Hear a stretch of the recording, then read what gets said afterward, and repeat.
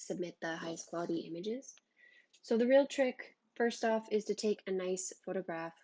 So here you see the image that I took, which was done outside. So I have my white paper on top of a larger sheet of white paper, which helps white balance.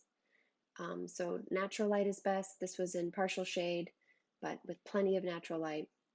So the trick is having a nice photograph to start. This already looks pretty good, but I want to make it even better. So this is my unlabeled image since I took the photo with my phone. So you can either right click and select open with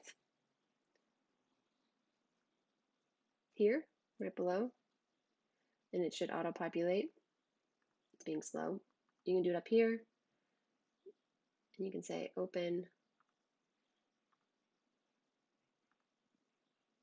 with, here we go, Photoshop. Or the simpler way, I like to just click and, excuse me, not change the name, click and drag it right into my app. So here it is in all its glory. So there's a couple things that I'm gonna do that are just super basic. I'm going to crop, but first I'm going to white balance. I like to white balance with my original background. I find a little bit more context helps me actually white balance better. Some people crop first, but I don't like to do that. So I go up to image, adjustments, and there's a couple ways to white balance, but I like to go through levels. So you can tell this photograph has a dominant sort of white factor by this right side here. Usually in an evenly balanced mid-tone, it's going to be more of a mountain that's centered in this section. But my composition here is predominantly white. So you can modify from the center by moving this back and forth. That's a little complicated. You can try auto just to see how it looks. Sometimes it does a nice job. This scenario looks like it's a little dark. It's not bad though. Let's see if we can do better on our own. I just want to show you a couple of options. So I'm going to Control Z and undo that auto. It does brighten it up a little bit. It does darken, I should say. It's not necessarily brighter. So let's try another way. So I can select this white point tool. There's also a gray and a black. So if you have a predominantly black image and you want to select your black point, you can. We're going to select a white point. So you don't want to go on the darker side. Like on my image here, the left half is a bit darker. There's a slight shadow. It's a bit brighter. You can see that it's almost blown out over here. So I'm going to pick a white section that's closest to the brightest point. It's a little yellow, but that immediately removes the blue from the sky. I like to select a couple of spots right in that area, make sure nothing is getting totally lost in the sense of blowing out, which means that it's turning like this glowing white that looks supernatural. So I'm going to select until the colors feel most natural to me. I don't want it to be too yellow or too blue because there is the blue of the sky. Let's go ahead and try that. I think that looks pretty nice. So at this point I'm going to say okay, and it's going to keep that. Another trick I like is with my selection tool here, I like to change the background. So I just right clicked my background here. Sometimes I like to change this to a custom color. And I like to go white, absolute white. So this makes it very apparent that this left side of my composition is darker. Look at this difference here versus here, right? So that's just something to keep in mind. This looks pretty close, like the absolute white on the top right here is pretty close to the white of this, perfect white, digital white. So I think I'm not going to go too much further on this side, but I'll show you a trick about how to lighten half your image in a second. So I'm feeling pretty good about this. If you wanted to, you could go back into adjustments. You could play around with getting a white that maybe feels, see that's a little more blue, a little more in the middle. Get the balance that you like just right. I think that looks pretty nice. Okay, so we have a pretty decent white balance. So before I go too much further, I think at this point I'm going to crop. So just so you know, the tools on the bar, left hand over here, this toolbar over here, shift depending on your view. In this sort of scenario, it's going to be in window here, and you can arrange your workspace. You can customize this quite intensely. In this scenario, I'm going to make sure I'm on photography mode, which I am.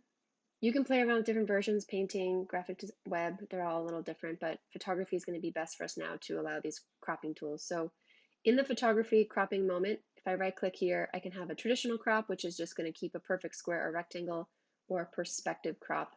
I'm going to select the perspective crop. This allows me to modify the dimensions a little bit of the piece. So got to be careful with this. Ideally, you want to take a perfectly square image, but I see here that I have a little shorter space here than here. This is at a slight tilt. So I'm going to correct that with this tool. I would say I should have taken this image a little bit better with this one side here pinned down.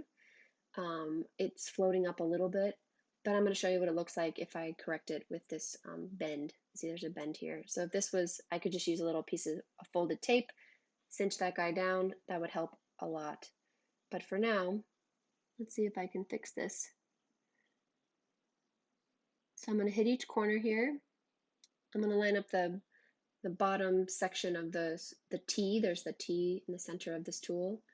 And you want to hit right at the cross section of the edge of the paper in the center of the T. As close as you can.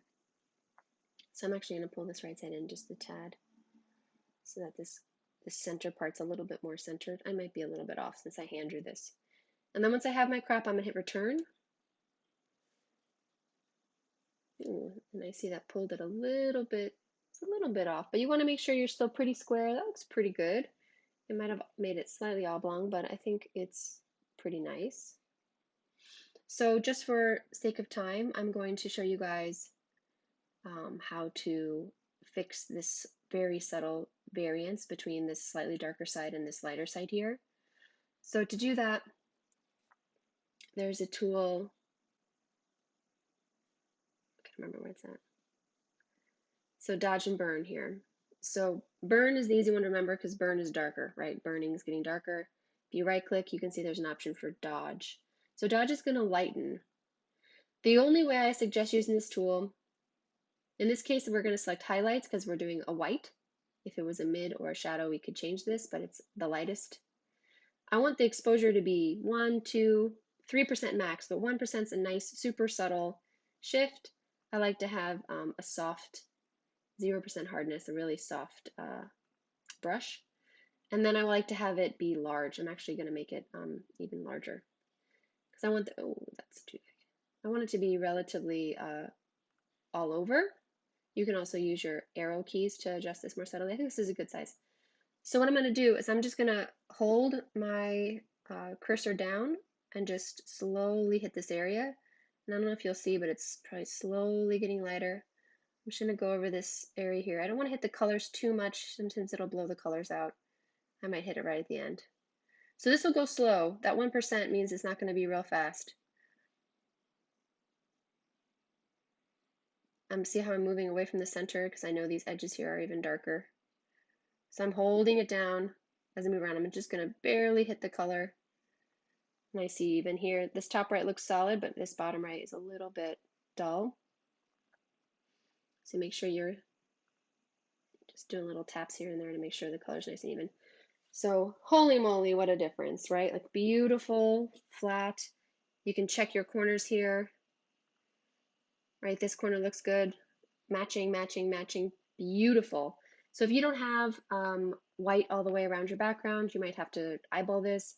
It's really helpful to edit when you have your whatever you're editing right in front of you, especially if it's a two-dimensional piece or any dimension, but a piece that you can see in real life in front of you, and then edit to kind of get it as close as you can digitally.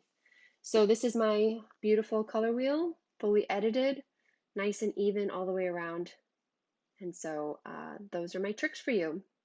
Hopefully they help. Like I said, that perspective crop tool really should only be for subtle adjustments.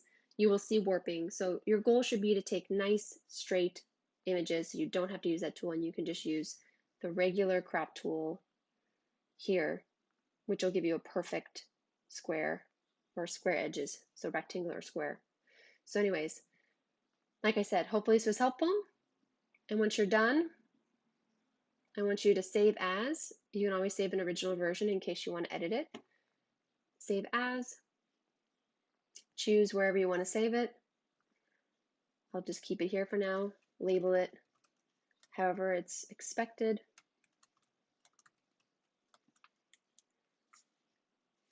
I'm going to save it as a JPEG in this scenario, but obviously you have a lot of options here. JPEG's a solid option for us in this scenario. And I'll save. You can choose how large your file is going to be. For our class, we don't need gigantic files. You can move this down, get it right around about 1 megabyte's great, and save. All right, you guys are all done. Please let me know if you have questions on this, but otherwise, hopefully this will help you get nice, beautiful images for our class.